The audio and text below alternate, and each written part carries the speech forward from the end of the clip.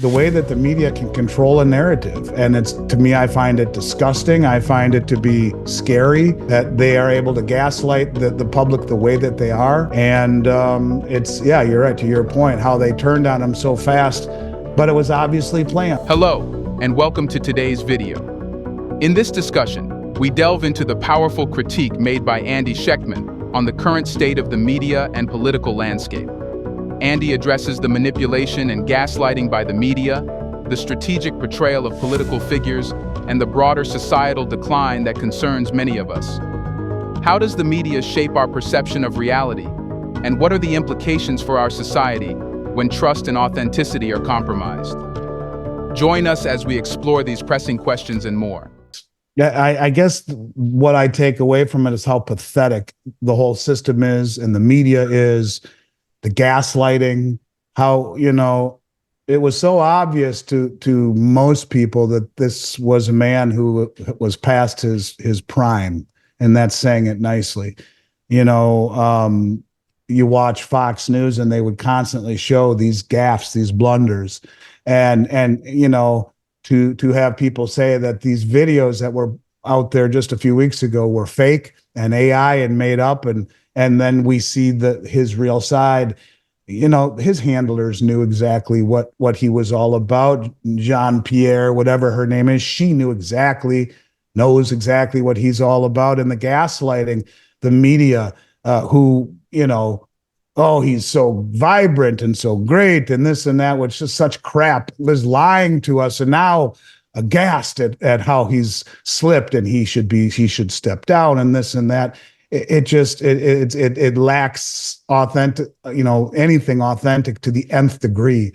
And it really to me just speaks volumes about the way that the media can control a narrative. And it's, to me, I find it disgusting. I find it to be scary that they are able to gaslight the public the way that they are. And yeah, you're right, to your point, how they turned on them so fast, but it was obviously planned. I mean, they knew exactly what would happen if they brought him out there, and they're going to roll in their whoever it is, their replacement on a white horse. So I find it to be as concerning as all of the nonsense that we've seen over the last several years in this country. The degradation of this country in so many ways, the border, the elections, the lawlessness in the cities, the breakaway from the nuclear family, don't even say Pledge of Allegiance anymore. And all of these things, these little things, these little pieces of America that made this country great and respected around the world. This is not lost on everyone, and they understand exactly what has been done, not just the American public who gets it. Everyone has known that he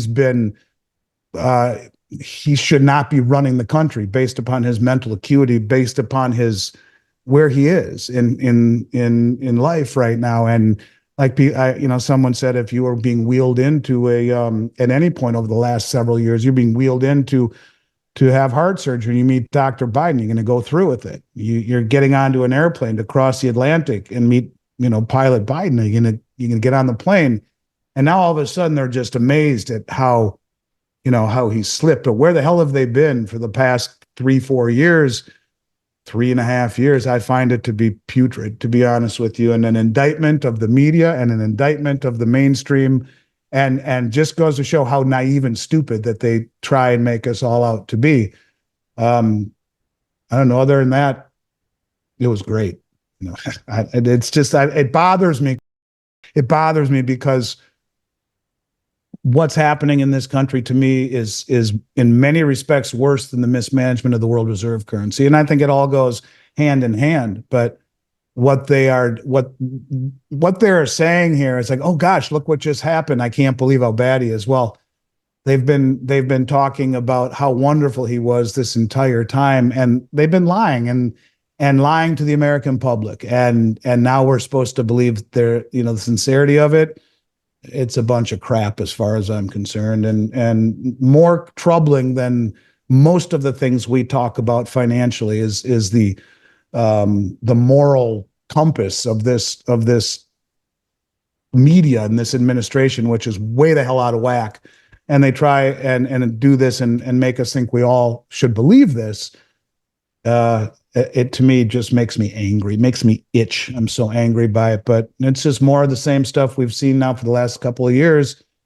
And let's hope that somehow, some way we get a change. You know, this isn't even about what side of the aisle you're on. It's just the fact that we can be gaslit and lied to this degree and try and be expected to take it at face value. I find it to be awful. Am I wrong? Do you find it to be concerning that the media would portray it this way? Like they're shocked that this is how he is, and instead of being truthful the whole time, questioning, is this really the guy that has the what it takes to be the leader of the free world, or not? I mean, and that's the point. I mean, I think if anyone is being honest with themselves, they would have said this at any point over the last 3.5 years. Do you find it concerning that now at the 12th hour, when they know they're losing in the polls and they need to bring someone in who won't be the puppet that he is, that they can roll that in and pull this over on the American public? Does it bother you? Bothers me.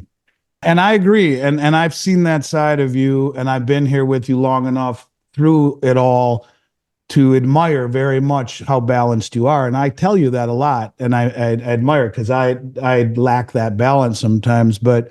And it's less about what the politicians, either of them, had to say or even how they said it, and just more how the media reacted to it. It is the media that I find repulsive. And I've said all along on many of the shows that go on like yours, you're more of a real journalist.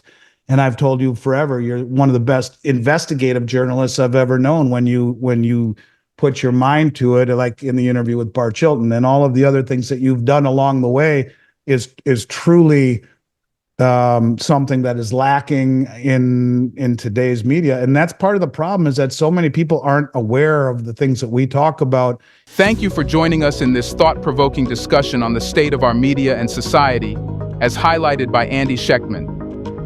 We've explored how media manipulation and political strategies impact our perception of reality and contribute to broader societal issues.